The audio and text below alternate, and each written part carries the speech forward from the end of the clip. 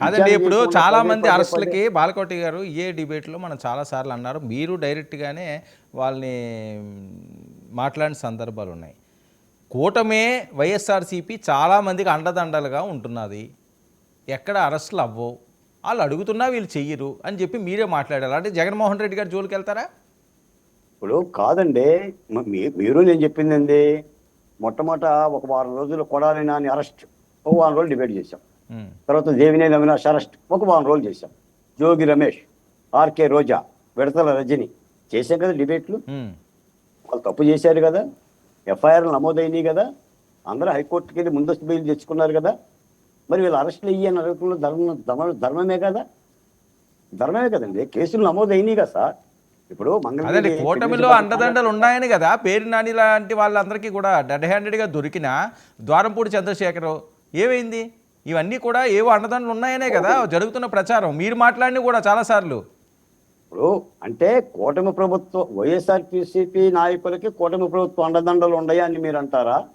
ఉన్నాయని కదా జరుగుతున్న ప్రచారం, అయితే ఎందుకు అవ్వట్లేదని. మరి అన్నప్పుడు ఏంటంటే దానికి వాళ్ళే సమాధానం చెప్పాలి. ఇప్పుడు శాంతి ప్రసాద్ గారు ఉన్నారు, మీకున్న ఇన్పుట్స్ ఏంటి?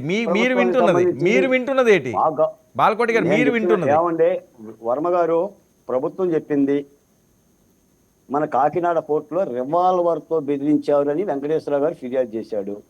ఇప్పటి వరకు అరెస్టులు లేవు. కాకినాడ పోర్టు నుంచి 1,10,00,000 రేషన్ బియ్యం తరలించారని చెప్పారు, అరెస్టులు లేవు. పేర్ని నాని గారు 7,000 బస్తాలు ఓడం కట్టుకుని మీద తరలించాడు, అరెస్టులు లేవు.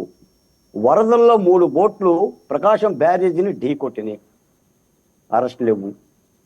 ఇవన్నీ మనం చూస్తాం. ఇప్పుడు నిన్న విడతల రజనీ గారు 2,20,00,000 రూపాయలు బెదిరించి కసరోల దగ్గర డబ్బులు తీసుకుంది, కేసు నమోదు చేశారు ఏసీపీ, అరెస్ట్ లేదు.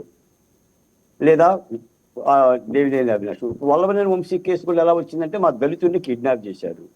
ఆ కిడ్నాప్ కేసులో ఆయన అరెస్ట్ అయ్యాడు తప్ప ఆయన కార్యాలయం మీద దాడి చేసిన కేసు కానీ పట్టా మీద దాడి చేసిన కేసులో అరెస్ట్ కాలేదు.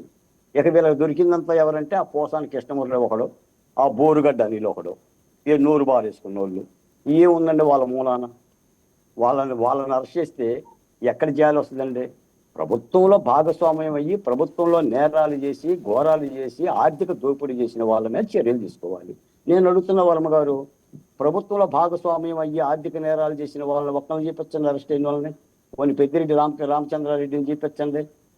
మన కళ్ళ ముందు ఇప్పుడు పుస్తకం ఏమో కనిపిస్తూనే ఉంది పుస్తకం. ఇవన్నీ పక్కన పెట్టేసి నేను కూడా చెప్పలేను కదా, విచారణ చేసాము, నిదానంగా సక్రమంగా చేస్తాం, చట్టం నిఠారుగా పోతుంది మా పరిపాలనలో, ఎక్కడ కూడా వంకర టెంకరగా పోదు, రేపు మాపో తీసుకున్నామంటే నమ్మటానికి మేమైతే సిద్ధంగా. మీ మాటకి డైరెక్ట్గా సమాధానం చెప్తున్నా, జగన్మోహన్ రెడ్డి గారు అరెస్ట్ చేస్తామనే మాట నేనైతే నమ్మ. ఒక ఎంఆర్ఓ గారు నా ఫోన్ చేసి అన్నాడు, జగన్మోహన్ రెడ్డి గారు 1,00,000 కోట్లు ఉన్నప్పుడు అవినీతి చేశాడు, అరెస్ట్ చేస్తా ఉన్నారు బాలకోట గారు. మరి ఇప్పుడు 5 ఏళ్ల పరిపాలనలో ఆయన ఆస్తి 4,00,000 కోట్ల రూపాయలు అయింది అంటున్నారు.